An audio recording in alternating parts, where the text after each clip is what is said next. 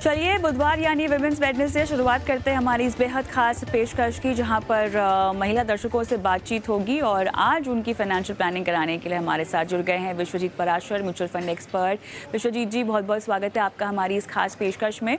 और हमारी दर्शक शीतल भी हमारे साथ फ़ोन लाइन पर जुड़ गई हैं, लेकिन उनका मैं सवाल लूँ उससे पहले आपकी विमेन क्लाइंट्स भी होती होंगी ना विश्वजीत जी, तो बताइएगा मुझे किस तरह से जब वो अपनी फाइनेंशियल प्लानिंग करने आपके पास आती हैं, उनके मेजर कंसर्न्स कौन कौन से होते हैं और वो किस तरह की निवेशक होती हैं, पुरुष निवेशक जो आपके क्लाइंट्स हैं उनके मुकाबले?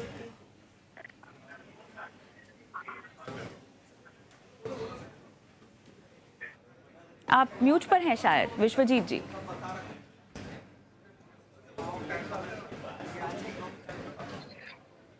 am I Audible Kavita ji? जी, अब आ रही है आपकी आवाज़, बताइए सर। कविता जी, एक समय था जब बहुत सारी महिला निवेशक जो हैं डिपेंडेंट होती थी अपने हस्बैंड्स पे या फादर के ऊपर। बट ये ट्रेंड बहुत ड्रास्टिकली चेंज हुआ है। बहुत तेजी से जितनी भी महिला निवेशक हैं वो अपनी फाइनेंशियल प्लानिंग खुद करती हैं और बहुत अच्छे से हैंडल भी कर रही हैं। जहाँ तक कि उनके पोर्टफोलियो का सवाल है, वो चाहती हैं कि वेल्थ क्रिएट हो और वो अपने गोल्स के ऊपर प्लानिंग भी करती हैं कि अगर रिटायरमेंट होती है तो उनको कितना पैसा चाहिए होगा। तो ये सारी जो फाइनेंशियल प्लानिंग अवेयरनेस है बहुत तेजी से वुमेन सेगमेंट में बहुत अच्छे से इंक्रीज हुई है। तो ये बहुत अच्छी खबर है और बहुत अच्छी चीज़ है, डेवलपमेंट है हमारे देश में।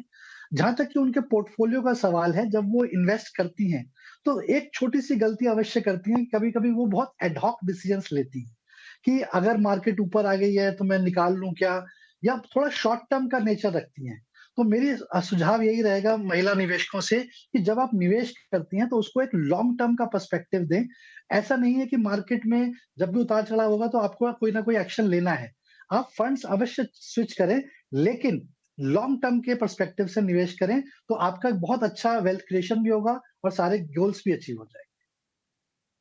चलिए, मेरे ख्याल से और भी ऐसे बहुत सारे मौके अब हमारे शो में आते-आते आपको मिलेंगे, जहां पर हम महिला निवेशकों को और मार्गदर्शन दे पाएँ। लेकिन बहुत ज़रूरी बात आपने कही कि जल्दबाजी में आके और देखा-देखी में आपको अपने निवेश फैसले नहीं लेने हैं, क्योंकि आपकी निवेश रणनीति बहुत सबसे अलग है। वो आपके लिए है, जैसे कि एक दवा सभी बीमारियों को ठीक नहीं कर सकती, उसी तरह से किसी एक का निवेश का मतलब नहीं है कि आपके लिए भी वो निवेश सही होगा। और फैसले लेने में खासतौर से निवेश को लेकर थोड़ा सा संयम बरतना बहुत ज़रूरी है।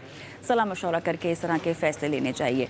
शीतल भुजबल मेरे साथ फोन लाइन पर जुड़ गई हैं पूना से। शीतल नमस्कार, good evening. Good evening ma'am. क्या करते हो आप? हाउस वाइफ हूँ। ऑलराइट।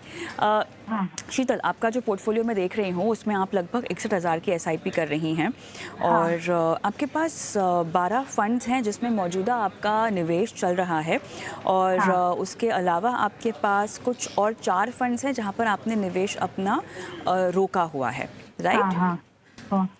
ठीक है, तो मुझे तो ये बताइए कि आपने इतने सारे फंड्स जो पोर्टफोलियो में जोड़े हैं, ये आपने कब से जोड़ने शुरू किए हैं और इतने सारे क्यों? शीतल, आप खुद मैनेज करती हैं अपने पोर्टफोलियो को क्या? मैं ही मैनेज करती हूँ। अभी मुझे लगता है कोविड से 2020 से मैं कर रही हूँ निवेश। और ऐसे ही देख के, मतलब इतने कुछ आइडिया नहीं था कि कितने फंड चाहिए, तो जोड़ती रही। फिर बाद में आपका शो देखने के बाद मालूम पड़ा कि 5-6 फंड रखने चाहिए पोर्टफोलियो में। अभी तो बहुत सारे मैंने कम कर दिए हैं। जी जी जी।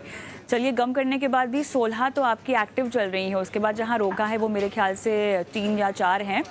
तो अच्छा लगा जानकर कि आपने अपने निवेश की शुरुआत शुरू की और उसके बाद आपने शो देखा और ये शो आपके काफ़ी काम भी आया। अच्छा लगा ये जानकर। और निवेश को आप बढ़ाना भी चाहती हैं, 5 करोड़ रुपए आपको अपने रिटायरमेंट पर चाहिए। तो मैं ऐसा समझ रही हूँ कि आपने रिटायरमेंट को लेकर जो कॉर्पस डिसाइड किया है वो हर मायने में सही है, मतलब आपने महंगाई को और अपने तमाम खर्चों को काउंटिंग किया हुआ है, राइट? हाँ। और मेरे पास मैडम अभी भी फंड है कैश में। अच्छा। 3 लाख रुपीस। तो मुझे उसमें भी मतलब ये करना है, मतलब लॉन्ग टर्म के लिए इन्वेस्ट करना है। तो कौन से फंड में मुझे डालना है? ठीक है, एक बार सजेस्ट। ठीक है। मैम, क्या करती हैं आप प्रोफेशनली? मेरे हस्बैंड जॉब करते हैं और मैं थोड़ा शेयर मार्केट में करती हूँ मैम। Very nice. मेरे ख्याल से आप पहली दर्शक हमारे शो की, और आपने आते ही एक बढ़िया मोमेंटम हमारे शो में सेट कर दिया। आप खुद शेयर मार्केट में पैसे लगाती हैं, तो आप स्टॉक में भी लगाती हैं कि ये सिर्फ म्यूचुअल फंड्स में लगाती हैं? म्यूचुअल फंड और स्टॉक में भी मैं लेती हूँ, तो लॉन्ग टर्म के हिसाब से ले रही हूँ मैं, मतलब अच्छा, और स्टॉक इंट्राडे का नहीं आपका करती। पोर्टफोलियो कितना होगा मैम? मेरा अभी 3 लाख का है। 3 लाख का है। और उसमें आप कब से हाँ। निवेश कर रही हैं? 2 साल से, 2 ढाई साल से। अच्छा, तो ये निवेश करने की राशि जो है आप अपनी बचत से करती हैं या इसमें आपके पति की भी कंट्रीब्यूशन है? नहीं, पति की। चलिए, नहीं, मेरे ख्याल से वाकई आप गृह लक्ष्मी का काम कर रही हैं, और वो अपनी कमाई आपको हाथ में देते हैं। आप उनकी कमाई को और बढ़ा रही हैं, उसी को और कमा रही हैं, और दाद देते हैं आपके इस काम की। और बहुत महिला दर्शक हैं जो आपसे इंस्पिरेशन ले सकती हैं। चलिए, थोड़ा सा हम आपके पोर्टफोलियो को भी अब चेक कर लेते हैं। विश्वजीत जी, मैं आपके पास आती हूँ।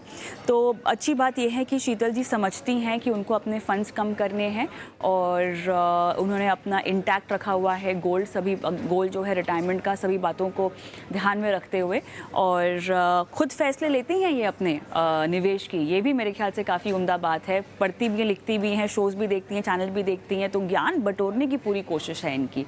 अब ज़रा इनके पोर्टफोलियो को आप फिल्टर आउट कर दीजिए। बिल्कुल कविता जी, जैसे मैं आपको बताना चाहूँगा कि जो वुमन है, वो वर्ल्ड की सबसे पहली फाइनेंशियल प्लानर है। अगर आप देखें तो आपको पुराने ज़माने में भी देखते थे, जब इमरजेंसी होती थी तो जो माताएँ लोग होती थी, मदर होती थी, वो कहीं न कहीं से पैसे उठा के ले आती थी जो इमरजेंसी में काम आती थी। चाहे वो गोल्ड है, चाहे वो उन्होंने कहीं छुपा के रखा हुआ है, या जो घर खर्च मिलता था उसमें से कुछ बचा के रखा हुआ है। तो वुमेन जो है बेस्ट फाइनेंशियल प्लानर है, क्योंकि वो सेविंग की जो हैबिट है, वो वुमेन के अंदर बहुत अच्छी है। तो महिलाओं को फाइनेंशियल प्लानिंग करनी चाहिए, और शीतल जी बिल्कुल जीता जाता उदाहरण है उसका। और जैसा इनका पोर्टफोलियो भी मैं देख रहा हूँ कविता जी, काफ़ी डाइवर्सिफाइड पोर्टफोलियो है। Large cap, mid cap, large and mid cap category, सभी तरीके के फंड्स इन्होंने चुनाव कर रखे हैं। शीतल जी, थोड़ा-सा सुझाव मैं आपको पोर्टफोलियो में देना चाहूँगा। आपने 4 लार्ज कैप फंड्स ले रखे हैं। लार्ज कैप फंड्स वो होते हैं जो इंडिया की टॉप 100 कंपनियों में निवेश करते हैं, तो उसमें चॉइस फंड मैनेजर के पास काफ़ी कम होती है। तो 4 जब लार्ज कैप फंड लिए तो उसमें काफ़ी हद तक ओवरलैप देखा गया, क्योंकि बहुत सारे स्टॉक सेम ही हैं जिसमें चारों फंड मैनेजर्स ने निवेश किया हुआ है। तो मेरी सलाह ये रहेगी कि 4 लार्ज कैप फंड की बजाय आप 1 या 2 लार्ज कैप रखें, और 2 फंड्स को आप स्विच कर दें। हम बहुत कंजर्वेटिवली चलेंगे, क्योंकि मैं आपका पोर्टफोलियो देख रहा हूँ, आप बहुत ही स्टेबल जैसी कंपनियों में निवेश करना चाहते हैं, ज़्यादा रिस्क भी नहीं उठाना चाहते। तो एक कोटक का ब्लू चिप फंड है, उसको मैं सलाह दूँगा कि आप कोटक मल्टी कैप फंड में स्विच कर दें, जो कि बहुत अच्छा फंड है। वहाँ पे भी आपको थोड़ा बहुत लार्ज कैप, मिड कैप और स्मॉल कैप का एक्सपोज़र मिलेगा, और अच्छी रिटर्न्स की भी उम्मीद कर सकते हैं। इसके अलावा Mirae asset blue chip fund भी है आपके पास, जो भी लार्ज कैप फंड है। इसके लिए मैं आपको एक पैसिव फंड, इंडेक्स फंड, जो कि लार्ज कैप फंड है, तो आपको वो सजेस्ट करूँगा, जो कि बहुत अच्छी रिटर्न्स भी रही हैं। उसका नाम है यूटीआई निफ्टी 200 मोमेंटम फंड। तो इसमें आप, इंडेक्स फंड है ये, इसमें आप स्विच कर सकते हैं। तो ये लार्ज कैप ही है, लेकिन एक डाइवर्सिफिकेशन आपको वहाँ मिल जाएगा। इसके अलावा Canara Robeco blue chip fund है। इसके लिए मैं आपको सलाह दूँगा कि एक large cap nature style fund होता है, जिसको हम फोकस्ड फंड कहते हैं। यहाँ पे फंड मैनेजर जो है बहुत ही हाई कन्विक्शन स्टॉक्स में निवेश करते हैं। तो इसमें या तो आप एचडीएफसी फोकस 30 फंड ले लीजिए, या फिर इन्वेस्को फोकस 25 फंड ले लीजिए। तो ये भी ज़्यादातर लार्ज कैप में ही निवेश करते हैं, बट बहुत हाई कन्विक्शन स्टॉक्स में निवेश करते हैं। तो आपको यहाँ पे भी अच्छे रिटर्न्स मिलेंगे, और बहुत ज़्यादा जोखिम भी नहीं उठाना पड़ेगा। इसके अलावा PGIM India mid cap fund है आपके पास, जिसकी परफॉर्मेंस कुछ समय से ठीक नहीं चल रही है। तो उसके लिए मैं आपको सलाह दूँगा कि आप Motilal Oswal large and mid cap fund में, या फिर Motilal Oswal mid cap fund में आप स्विच कर लें। तो ये थोड़े-थोड़े से अगर आप चेंजेस करेंगे, तो आपका जोखिम भी ज़्यादा नहीं बढ़ेगा, लेकिन एक डाइवर्सिफिकेशन भी मिल जाएगा, और जो ओवरलैप चल रहा था, वो काफ़ी कम हो जाएगा। तो इसके साथ आपका एक अक्रॉस द मार्केट कैप भी निवेश हो जाएगा, एएमसी वाइज़ भी निवेश हो जाएगा, और बहुत अच्छे रिटर्न्स आने की भी उम्मीद रहेगी। चलिए, ऑलरेडी आपका पोर्टफोलियो जैसा कि समझाया विश्वजीत ने, काफ़ी अच्छे से वेल डाइवर्सिफाइड है अक्रॉस मार्केट कैप्स। कुछ बदलाव हैं जो बताए गए हैं। एक और सवाल विश्वजीत जी, जिन फंड्स में आपने निवेश फिलहाल रोकने की सलाह दी है, उनमें से क्या पैसे निकाल लें या फिलहाल बने रह सकते हैं और बाद में निकाले जाएं और उसको निवेश किया जाए? क्या करें, स्विच कैसे करें निवेश को? बिल्कुल कविता जी, जो ये एसआईपी चल रही है इनकी 61,000 की, तो सबसे पहला काम तो ये है कि हम एसआईपी रोक सकते हैं, और जिन फंड्स को हमने सलाह दी है उस फंड्स में एसआईपी स्टार्ट कर सकते हैं। और जो भी फंड पुराने फंड्स में निवेशित हैं, जिसको 1 साल हो जाए, उस 1 साल के बाद इसको इन नए फंड्स में हम ट्रांसफर कर सकते हैं, ताकि आपको एग्जिट लोड भी ना देना पड़े और long term capital gain tax भी लगे और short term capital gain tax ना लगे। तो इस वजह से 1 साल के लिए उसमें निवेशित रहें, 1 साल के बाद वो कॉर्पस रिडीम करके आप नए फंड्स में निवेश कर सकते हैं। शीतल जी, आपको मेरी आवाज़ आ रही है? कुछ और आपको पूछना है विश्वजीत जी से? हाँ, मेरे पास कुछ कैश था तो वो मुझे किस फंड में इन्वेस्ट हाँ, करना लमसम भी चाहिए? आपको 3 लाख रुपए डालने थे, या राइट। हाँ, विश्वजीत जी, वो कहाँ डालने चाहिए इनको? मौजूदा पोर्टफोलियो में ही? जी, जी, बिल्कुल शीतल जी, आपका ऑलरेडी पोर्टफ़ोलियो काफ़ी डाइवर्सिफ़ाइड है, काफ़ी फंड्स हैं, नए फंड्स लेने की कोई आवश्यकता नहीं है। सेम इन्हीं फंड्स में आप अलग 50-50 हज़ार करके नए-नए जो भी मैंने फंड्स आपको सुझाव दिए, उसमें आप निवेश करके स्टार्ट कर सकते हैं। क्योंकि ये नए फंड्स हैं, तो यहाँ पे अगर आप लमसम भी लगा देंगे, तो एक अच्छी शुरुआत मिल जाएगी। ऑलराइट, ऑल द बेस्ट शीतल। आगे बढ़ते हैं और मीना का मैं सवाल लूँगी। और रेगुलरली हमारा शो देखती आई हैं यूट्यूब पर, बहुत बहुत धन्यवाद उस बात के लिए, और इसीलिए अपनी इन्वेस्टमेंट की भी शुरुआत कर रही हैं। 45 इयर्स ओल्ड हैं और लो रिस्क ऑप्शंस, बहुत जोखिम नहीं उठा सकती हैं, और इसीलिए कम जोखिम वाले निवेश विकल्प में इनको अपने पैसे डालने हैं। और 10 से 12 हज़ार की ये एसआईपी कर सकती हैं, और इसीलिए आपसे सलाह चाहती हैं कि किस तरह के फंड्स ये डालें पोर्टफोलियो में। 10 साल का इनका टाइम होराइजन है, 10 से 12 हज़ार की एसआईपी। जी, बिल्कुल, मीना जी आप शुरुआत कर रहे हैं, बहुत अच्छी बात है। अभी आपको जोखिम को ऐसा लग रहा होगा कि बहुत कंज़र्वेटिवली निवेश करना है, तो मैं आपको यही सलाह दूँगा कि अभी इस समय जो मार्केट के वैल्यूएशन के पॉइंट ऑफ व्यू से देखें, तो लार्ज कैप काफ़ी अट्रैक्टिव हैं और शुरुआत करने के लिए भी हम हमेशा यही सुझाव देते हैं कि आप लार्ज कैप या फ्लेक्सी कैप से स्टार्ट करें। तो मैं आपको सजेस्ट करूँगा कि आप Nippon India large cap fund में अपनी एसआईपी स्टार्ट कर सकते हैं। इसके अलावा Motilal Oswal large and mid cap fund, तो ये भी एक काफ़ी अच्छा फंड है, काफ़ी कंसिस्टेंटली अच्छी परफॉर्मेंस रही है, इसमें शुरुआत कर सकते हैं। और अगर आप चाहते हैं कि और बहुत कंज़र्वेटिवली इन्वेस्ट करना है, तो हाइब्रिड फंड कैटेगरी होती है, जहाँ पे इक्विटी और डेट का एक अच्छा मिश्रण होता है। तो आप उसमें भी स्टार्ट कर सकते हैं एक एसआईपी। तो मेरे हिसाब से एचडीएफसी बैलेंस एडवांटेज फंड या फिर ICICI Prudential equity and debt fund. तो इन चारों फंड्स में आप 3-3 हज़ार रुपए की एसआईपी स्टार्ट करेंगे, तो ये एक कंज़र्वेटिव स्ट्रैटेजी है। और जैसे-जैसे आप समय के साथ देखेंगे अच्छे रिटर्न्स भी आएँगे और आप और पैसा लगाना चाहेंगे, तो फिर आप मिड कैप और स्मॉल कैप में भी जा सकते हैं, क्योंकि 10 साल का पीरियड भी काफ़ी अच्छा है और कहते हैं ये डिकेड इंडिया के लिए बिलॉन्ग करता है। तो मुझे ऐसा लगता है कि आपके बहुत अच्छे वेल्थ क्रिएट हो जाएगी 10 साल में, अगर आप निवेश स्टार्ट करते हैं। चलिए, तो यहाँ पर जो फंड्स आपको बताए गए हैं, मैं एक बार फिर से दोहरा देती हूँ। यहाँ पर Nippon India large cap, Motilal Oswal large and mid cap, ICICI pru का इक्विटी और debt fund, HDFC balance advantage fund आपको रेकमेंड किया जा रहा है। अच्छा होगा मीना जी अगर आप हमसे बात भी कर सकें, तो हम आपसे और जानकारी ले लेते और आपको और मदद हम दे पाते। लेकिन मुस्कान का भी सवाल लूँगी, ये भी यूट्यूब से आया हुआ है, और ये अपनी शुरुआत करना चाहती हैं इन्वेस्टमेंट की म्यूचुअल फंड से ही, और पूछ रही हैं कि किस तरह का निवेश सही होगा। इनको 6 से 7 हज़ार रुपये 15 साल के लिए डालने हैं, और इनका जो टारगेट है वो 5 करोड़ का है। तो मुस्कान, मुबारकबाद सबसे पहले तो इस बात के लिए कि आपने साल डिसाइड कर लिया, टारगेट डिसाइड कर लिया है। शुरुआत भले ही आपकी क्षमता 6 से 7 हज़ार रुपये की है, उसकी भी हम आपको बधाई देते हैं, क्योंकि आप पहली बार निवेश कर रही हैं। लेकिन एक फॉर्मूला होता है कैलकुलेट करने का कि अगर 6 से 7 हज़ार रुपये आप 15 साल तक इन्वेस्ट करते हैं, तो आप कितना कमा पाएंगे, और अगर आपको 5 करोड़ रुपए चाहिए, तो आपको कितना और अपने निवेश को बढ़ाना होगा। तो पहले ये कैलकुलेशन विश्वजीत जी आप ज़रा मुस्कान को समझाइए। मुस्कान के ज़रिए तमाम दर्शकों को भी, पुरुष महिला, मेरे ख्याल से ये फाइनेंशियल प्लानिंग में जेंडर बायस होता नहीं है, तो वही फॉर्मूला है और दोनों के लिए वही काम करते हैं। बताइए। बिल्कुल, कोई जेंडर बायस नहीं होता है, बिल्कुल। और मैं आपको कविता जी बताना चाहूँगा, मेरे बहुत सारे निवेशक ऐसे हैं जो लेडीज़ हैं, वुमेन हैं और वो बहुत अच्छा रिटर्न्स पा रही हैं, क्योंकि वो बहुत कंसिस्टेंटली मार्केट में निवेश करती रहती हैं। तो जेंडर बायसनेस का तो कोई सवाल ही नहीं उठता। जहाँ तक मुस्कान जी ने जो सवाल पूछा है, उनका लक्ष्य थोड़ा-सा बड़ा है। उन्होंने 5 करोड़ का लक्ष्य रखा हुआ है और ज़्यादा लंबा पीरियड भी नहीं दिया उन्होंने। तो मेरे हिसाब से अगर 5 करोड़ का लक्ष्य आपको अचीव करना है मुस्कान जी, तो करीब-करीब 1 लाख रुपए की एसआईपी आपको स्टार्ट करनी पड़ेगी। तो आप इससे बिल्कुल घबराए नहीं। तो आप धीरे-धीरे अपनी एसआईपी अब जितना भी आप स्टार्ट कर सकते हैं उसको स्टार्ट करें। एक हम अप्रोच जो हर शो में बोलते भी हैं उसको स्टेप अप कहते हैं, कि जैसे-जैसे आपकी इनकम बढ़ती है या जैसे-जैसे आपको कहीं से आपको इनकम मिलती है या बोनस मिलता है, उसको आप निवेश करते जाएँ, तो उससे भी आप एक बहुत बड़ी वेल्थ क्रिएट कर सकते हैं। तो 5 करोड़ के लिए तो अवश्य 1 लाख रुपए आपको स्टार्ट करना पड़ेगा।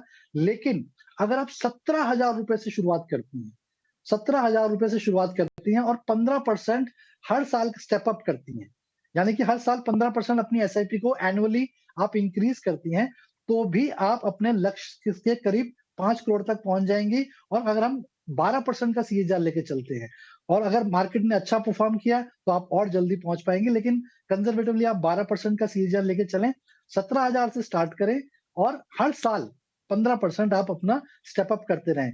जो फंड्स जिसमें आपने निवेश करना है, उनका फंड्स का नाम मैं आपको बता देता हूँ। तो सबसे पहले आपको एक लार्ज कैप फंड लेना है, ICICI prudential blue chip fund या फिर Nippon India large cap fund, ये दोनों ही फंड बहुत अच्छे हैं, इसमें से चुनाव कर सकते हैं। एक फ्लेक्सी कैप फंड लें, जिसमें हम ज़्यादातर बोलते हैं पराग पारिक फ्लेक्सी कैप फंड या फिर एचडीएफसी फ्लेक्सी कैप फंड, इसमें से आप चुनाव कर सकते हैं। और क्योंकि अभी आप शुरुआत कर रही हैं, तो स्मॉल कैप, मिड कैप हो सकता है आपको थोड़ा अभी जोखिम का ना आइडिया हो, तो आप निप्पॉन इंडिया का एक मल्टी कैप फंड ज़रूर लें, जिसमें आपको मिड कैप और स्मॉल कैप का एक्सपोज़र भी मिल जाएगा। तो ये 3 फंड से आप शुरुआत करें और जैसे-जैसे आपकी इनकम बढ़े, जैसे-जैसे आप अपना स्टेप अप इंक्रीज़ करें, तो मिड कैप और स्मॉल कैप में भी अपना एक्सपोज़र बढ़ा सकते हैं। ऑलराइट। तो कुछ फंड्स जिनका आपको ख्याल रखना है और अपने निवेश को बढ़ाने की कोशिश करनी है, जब जब आपसे मुमकिन हो पाएगा तब तब आप कीजिएगा। और कई बार ऐसा लगता है कि हमने अपना लक्ष्य सही आंका हुआ है, और कई बार ऐसा भी होता है कि क्योंकि लोग एक फिगर तक नहीं आ पाते, एक आकलन तक नहीं आ पाते, तो जितना बड़ा टारगेट हो सके उतना बड़ा टारगेट जो है वो अपने रखने की कोशिश करते हैं कि अगर इतना नहीं तो इसके करीब तो हम पहुंच जाएं। ये करने का तरीका भी सही है, लेकिन उसके मुताबिक थोड़ा सा अपने निवेश के लिए बचत का भी आपको एक तरीका ढूंढना पड़ेगा।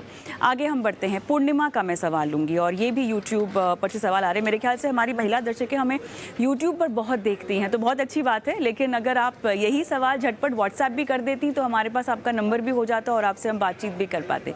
खैर, पूर्णिमा का सवाल विश्वजीत जी, 5 लाख रुपए एकमुश्त निवेश करने हैं 14 साल के लिए, और 14 साल में 1 करोड़ ये चाहती हैं, हर महीने एसआईपी के ज़रिए निवेश कर सकती हैं। किन फंड्स में ये पैसे लगाएं जानना चाहती हैं, और 5 लाख रुपए किस किस तरह से इनको बांटने चाहिए वो भी इनको जानना है। रिटायरमेंट का इनका लक्ष्य है जिसके लिए इनको ये पैसे लगाने हैं। Again congratulations. देखिए, एकमुश्त हो या आप एसआईपी के ज़रिए निवेश करना चाहते हैं, जो बुनियादी बातें आपके पास क्लियर है वो ये है कि 14 साल और 14 साल में 1 करोड़, ये एक बेसलाइन हो जाती है जिसकी वजह से हमारे एक्सपर्ट्स को भी सहायता मिल जाती है कि आपको हेल्प कर सके। तो अब बाजार के इस तरह की चाल में एकमुश्त पैसे को जब डिवाइड करना हो विश्वजीत जी, तो किन किन बातों का ख्याल रखना होता है? किस किस तरह से आप चरणों में 1-1 लाख रुपए करके डालें या 50-50 हज़ार रुपए करके डालें, कैसे ये डिसाइड करें? देखिए कविता जी, पहली बात तो मैं मुबारकबाद देना चाहूँगा कि उन्होंने रिटायरमेंट गोल को बहुत सीरियसली लिया और 14 साल पहले स्टार्ट कर रहे हैं, क्योंकि 2 में से 5 लोग अपने रिटायरमेंट प्लानिंग की शुरुआत ही नहीं करते, सोचते ही नहीं है उसके बारे में। तो ये गोल बहुत इंपॉर्टेंट है और उसको हम ऐसे भी कहते हैं कि ये मदर ऑफ ऑल गोल्स है। क्योंकि जब आप रिटायर होंगे, उसके बाद आपकी इनकम नहीं होगी और 15, 20, 25, 30, 40 साल जितने साल भी आप जिएँगे, आपको जो भी पैसा आपने जोड़ा है, उससे ही आपको अपना खर्च निकालना होगा। और ये एकमात्र ऐसा गोल है जहाँ पे आपको कोई लोन नहीं मिलता। तो रिटायरमेंट बहुत ही इम्पोर्टेंट गोल है जिसमें हम सबको प्लानिंग करनी चाहिए एडवांस में। तो अगर हम इनकी बात लें, 5 लाख रुपए जो एकमुश्त निवेश करना चाहती हैं, क्योंकि कविता जी अभी समय है 14 वर्ष का, तो मैं इनको सलाह दूँगा कि 1-1 लाख 5 फंड्स में डाइवर्सिफ़ाई कर लें, जो फंड्स जिनका मैं आपको नाम भी बता रहा हूँ। तो अगर 1-1 लाख से शुरुआत करेंगे और उसमें एसआईपी शुरू करेंगे, तो बहुत जल्दी अपने गोल के करीब पहुँच जाएँगे। तो मैं उनको जो फंड्स की सलाह दूँगा वो यही है कि Nippon India large cap fund, Motilal Oswal large and mid cap fund, Nippon India multi cap fund, Parag Parikh flexi cap fund और इन्वेस्को इंडिया 25 फोकस्ड फंड। तो ये 5 फंड्स में अपना 1-1 लाख रुपए डाइवर्सिफ़ाई कर दें और इसी में अपनी एसआईपी शुरू करें, तो ये अपने गोल के बहुत जल्द करीब पहुँच जाएँगी। 14 वर्ष का समय है, हर साल अपना पोर्टफोलियो भी रिव्यू करते रहें, क्योंकि हो सकता है कोई फंड अच्छा परफॉर्म करे, कोई ना करे, तो फंड को चेंज कर ले और जैसे-जैसे अपने गोल के करीब पहुँचते जाते हैं, यानी कि जब आप रिटायरमेंट के 2-3 साल, 1 साल आप पहुँचते जाते हैं, तो अपना इक्विटी से पोर्शन डेट की तरफ शिफ्ट करना शुरू कर दें, ताकि आपको लास्ट मिनट सरप्राइज़ ना हो। और रिटायरमेंट में आप एनपीएस जैसे प्रोडक्ट्स का भी अवश्य लाभ लें, क्योंकि वो भी बहुत अच्छे प्रोडक्ट्स हैं, उसमें भी आपको अच्छे रिटर्न्स मिल सकते हैं और डाइवर्सिफिकेशन मिलता है। तो ऐसे करके अपना एक पोर्टफोलियो बनाएँ रिटायरमेंट का, तो मुझे ऐसा लगता है कि एक अच्छी वेल्थ क्रिएट हो जाएगी। और कविता जी, एक लास्ट चीज़ जो मैं बोलना चाहूँगा, 1 करोड़ का लक्ष्य जो रिटायरमेंट का है, हो सकता है उन्होंने इन्फ्लेशन को नहीं आँका हो।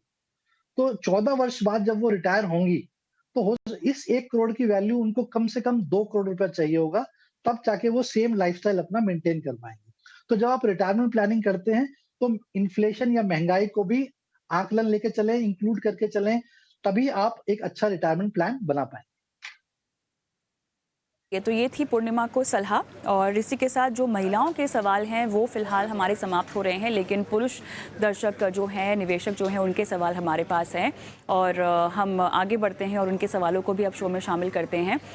हम कोशिश कर रहे हैं कि हमें फ़ोन लाइन पर दर्शक मिल जाए, लेकिन जब तक ऐसा होता है तब तक मेरे ख्याल से रोहित कुमार का मैं सवाल ले लेती हूँ। इनकी उम्र 40 साल की है और इन्होंने भी काफ़ी कुछ हमारे शो की वीडियोस देखकर इन्वेस्टिंग के बारे में सीखा है, और ख़ासतौर से सोने की बात करें 2012 से ये निवेश कर रहे हैं और ये अब जानना चाहते हैं कि क्या इस निवेश को ये रोक सकते हैं। ये इनका सवाल है। फ़ोन लाइन पर मिल जाएंगे तो हम कुछ और इनसे बातचीत कर पाएंगे। रोहित, हाय, गुड इवनिंग। आपका सवाल हम ले रहे हैं बनो अपना फाइनेंस मिनिस्टर में। जी हाँ जी, बताइएगा मुझे, आपने सोने में मतलब फिजिकल गोल्ड में इन्वेस्ट किया था, राइट? जी मैम, फिजिकल गोल्ड। ठीक है, तो अब फिजिकल गोल्ड को तो आप साइड में रख दें, ठीक है? जी अब हाँ, उसके साइड में बाद कर दिए। आपने हाँ जी, उसके बाद हम आपके म्यूचुअल फंड निवेश पर आते हैं, जिसके लिए आपने स्ट्रैटेजी मांगी है। आपने क्लियरली जी। 5 फंड्स मांगे हैं, 10,000 रुपये आप निवेश करना चाहते हैं और उसमें 2-2 हज़ार रुपये हर फंड में लगाएंगे। 15 साल के लिए 5% स्टेप अप जी, भी करेंगे। जी, गोल जी, है जी। आपका 1 करोड़ रुपए, है ना? जी हाँ। 15 साल में, ठीक है। जी। तो इसी महीने आप शुरू कर सकते हैं। मैं बस इतना जानना चाहती हूँ आपसे कि कोई खास लक्ष्य जो इस 1 CR से जुड़ा हुआ है, रिटायरमेंट का हो, घर खरीदना हो या कुछ और काम? नहीं मैम, रिटायरमेंट। रिटायरमेंट है। 50 में आप रिटायरमेंट, अर्ली रिटायरमेंट का ऐसा कोई लक्ष्य है क्या? जी जी जी। अच्छा, चलिए रोहित, थैंक यू अपना सवाल देने के लिए। विश्वजीत जी आपकी सहायता करेंगे। जी विश्वजीत। जी हाँ। रोहित जी, जो आपने गोल रखा है 1 करोड़ का, तो उसमें अभी आप 10,000 रुपए स्टार्ट करना चाहते हैं। तो मेरे हिसाब से अगर आपको 15 वर्ष में 1 करोड़ चाहिए, तो आपको 20,000 की एसआईपी स्टार्ट करनी पड़ेगी, तब जाके आप 1 करोड़ का लक्ष्य अचीव कर पाएँगे, अगर हम 12% का सीएजीआर लेके चलते हैं। 10,000 के हिसाब से चलेंगे, अगर हम 12% का सीएजीआर लेके चलते हैं और 5% हम एनुअल एसटीपी भी करते हैं, यानी कि स्टेप अप भी करते हैं, तो भी करीब 65 लाख बनते हैं। तो मेरे हिसाब से आप 12,000 से स्टार्ट करें और 10% हर साल एनुअली अपना स्टेप अप करें अपनी एसआईपी को, तो आप 1 करोड़ के लक्ष्य तक पहुँच जाएँगे। और जहाँ तक कि आप फंड्स का सवाल है, जो 5 फंड्स आपने पूछे हैं, जिसमें आप 2-2 हज़ार रुपए की एसआईपी करना चाहते हैं, तो फंड्स का चुनाव मैं वही बताऊँगा, जो काफ़ी बार ये फंड्स रिपीट भी किए हैं, जो मुझे ऐसा लगता है कि वैल्यूएशंस के हिसाब से हमें अभी इस समय लार्ज कैप फंड्स में निवेशित रहना चाहिए। हालाँकि लोगों को लगता है कि मिड कैप, स्मॉल कैप में बहुत अच्छे रिटर्न्स बने हैं, तो हमें उसमें रहना चाहिए, तो उसमें थोड़ा जोखिम अभी बढ़ गया है। तो 5 फंड्स जो मैं आपको सजेस्ट करूँगा, वो हैं ICICI prudential blue chip fund, HDFC large and mid cap fund, Parag Parikh का flexi cap fund, Nippon India का मल्टी कैप फंड और क्वांट का मिड कैप फंड। तो थोड़ा-सा मैंने इन्वेस्टमेंट स्टाइल भी आपका चेंज किया है, ताकि आपको अच्छे रिटर्न्स बने और रिस्क भी डाइवर्सिफाई हो, और अलग-अलग कैटेगरीज़ के फंड्स की आपको सुझाव दिया है, ताकि आपको डाइवर्सिफिकेशन भी मिल पाए। तो इन 5 फंड्स में आप शुरुआत करें और हर साल इस पोर्टफोलियो को रिव्यू करें। अगले साल हो सकता है कि mid cap, small cap attractive हो, तो हम कोशिश करेंगे कि फंड स्विच करके थोड़े से मिड कैप और स्मॉल कैप में भी लेके जाएँ। बट अभी के लिए, फिलहाल के लिए ये 5 फंड्स में आप स्टार्ट करें निवेश करना, और 12,000 से स्टार्ट करें और हर साल 15-10% का स्टेप अप करें, तब आप अपने लक्ष्य के करीब पहुँच जाएँ। चलिए Rohit, all the best. Sonu Kumar का सवाल मैं लूँगी, और सोनू हमारे साथ फ़ोन लाइन पर नहीं है शायद। इनकी उम्र 38 साल की है और ये जो पोर्टफोलियो में पैसे लगाते हैं, एक्सिस फोकस्ड है इनके पास, कोटक इमर्जिंग इक्विटी, पराग पारिक का फ्लेक्सी कैप और 5,000 की SIP कर रहे हैं। SBI Contra, Nippon multi cap fund क्या ठीक रहेंगे जानना चाहते हैं, और एक्सिस फोकस में क्या कंटिन्यू इनको करना चाहिए या फिर एग्जिट कर लें। 10 साल के लिए इनको ये लक्ष्य अपनी बेटी की पढ़ाई लिखाई के लिए कॉर्पस खड़ा करना है और 15 साल बाद बेटी की शादी भी करनी है। 10% तक अपनी ये जो राशि है निवेश की वो स्टेप अप कर सकते हैं, और सुकन्या समृद्धि योजना में भी ये इन्वेस्ट कर रहे हैं 3,000 रुपये, और NPS में 13,000 रुपये हर महीना कंट्रीब्यूशन इनका जाता है। टर्म प्लान इनके पास है, और कॉर्पस इकट्ठा करने के लिए पोर्टफोलियो को रिव्यू करने पर ये सलाह मांग रहे हैं। विश्वजीत, देखिए, जो एक्सिस फोकस फंड में ये सलाह मांग रहे हैं, बिल्कुल वहां से स्विच कर सकते हैं। परफॉर्मेंस काफी अच्छी नहीं रही है, तो इनके पोर्टफोलियो में अभी लार्ज कैप की कमी है, तो मैं इनको सजेस्ट करूंगा एक्सिस फोकस से स्विच करके ICICI prudential blue chip fund में चले जाएं। और इन्होंने 2 फंड का ऑलरेडी रिसर्च किया हुआ है कविता जी, जिसका नाम है Nippon India multi cap fund और SBI कॉन्ट्रा फंड।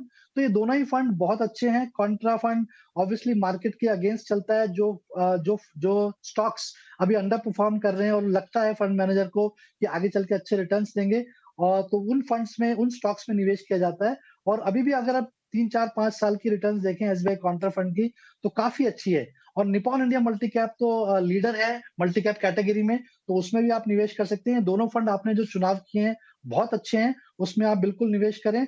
और 10,800 की जो SIP अगर आप करते हैं और 5% का अगर आप एनुअल स्टेप अप करते हैं, तो 12% का CAGR लेके चलें, तो 30 लाख का जो गोल आपने रखा था 10 साल में, वो आप अचीव कर सकते हैं। इसके अलावा एक और गोल आपने रखा हुआ है जो कि 50 लाख का है, तो वो भी आप 7,700 की उसके लिए अलग से एक SIP करें, और वहां पे भी आप 5% का एनुअल स्टेप अप करें, तो आप 50 लाख के गोल में 15 साल बाद पहुंच जाएंगे। तो ये जो 80,000 का लमसम है, ये भी 4,37,000 हो जाएगा 15 साल बाद 12% के CAGR लेके। तो और जो आपने NPS और ये जो सुकन्या समृद्धि योजना में निवेश किया हुआ है, ये बहुत अच्छे विकल्प हैं। आपने अच्छी निवेश किया हुआ है, इसमें बिल्कुल निवेशित रहें, और हर महीने जैसे-जैसे आप निवेश कर रहे हैं उसको करते रहें, क्योंकि वहां से आपको एक अच्छी सेफ्टी भी मिलती है। और 18 साल के बाद जब आपकी बिटिया हो जाएगी बड़ी पढ़ाई के लिए या फिर शादी के लिए, वो पैसा आप वहां पे इस्तेमाल कर सकते हैं। चलिए विश्वजीत जी, मेरे ख्याल से आज हमारे पास इतने ही सवाल थे दर्शकों के। बहुत बहुत धन्यवाद, आपने समय निकाला और दर्शकों के फाइनेंशियल पोर्टफोलियो की समीक्षा की और उनको सलाह दी। हमें भी एक ब्रेक लेना होगा, लेकिन ब्रेक के उस पार विमेंस वेडनेसडे की हमारी ये खास पेशकश जारी है। ब्रेक के बाद आपको हम मिलाएंगे एक